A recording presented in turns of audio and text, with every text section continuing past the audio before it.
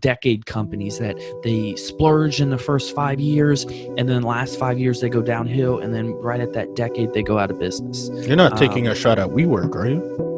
No, I'm taking a big shot at WeWork. I don't like WeWork.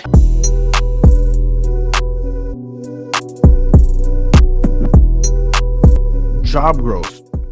What can you explain what would be a good job growth? Because let's say I'm looking at my, the numbers and I see it went from a 6% to a 7%. What does that number really tell me? Is there something that you're comparing it to? Because if I can see that the population growth is increasing, how do I know that it's increasing at a pace that is ideal? What else are you comparing it to? When it comes to the population, I'm comparing it to. And I'm sorry, Chris. I think I said I might have mixed the job growth and population. So I think I was talking about job growth and perhaps maybe population growth. Yeah, okay. Great. Mm-hmm. So the biggest thing is when it comes to job growth, I want to know what jobs are coming into the city, and are they sustainable? A lot of people don't know Charlotte, North Carolina is the second biggest financial district in the United States. Crazy. I think you guys got what, Bank of America headquarters? Yeah, we're home to Bank of America, SunTrust, and BB&T merger. They're bringing 13,000 jobs here. Their headquarters here. Wells Fargo's headquarters here. We're the second biggest right after Manhattan. So when it comes to stuff like that, okay, I know banking's always going to be around. It's not going away. Those large banks here in the city are not going away, and a lot of the investors in Charlotte do work for the bank. So when it comes to that, I study that, but I study how strong the jobs are here, or any city I look to invest in. I study how strong the jobs are. They're not define strong, if you will.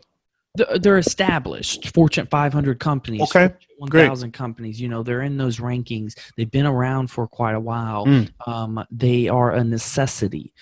They're not just we know those jobs that are like a decade job or decade companies that they splurge in the first 5 years, and then the last 5 years they go downhill, and then right at that decade they go out of business. You're not taking a shot at WeWork, are you?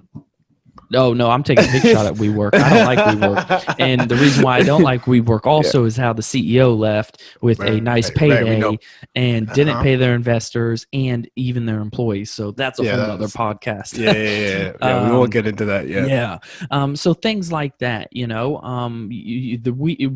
example, WeWork did shoot up and now they're down. So those type of companies where they're not sustainable, and we're seeing right now a big shift in the retail market. I was telling my fiance last night and my underwriter yesterday my opinion on the retail market and what's going to happen with retail based off of what I've seen and what I'm seeing in other cities too.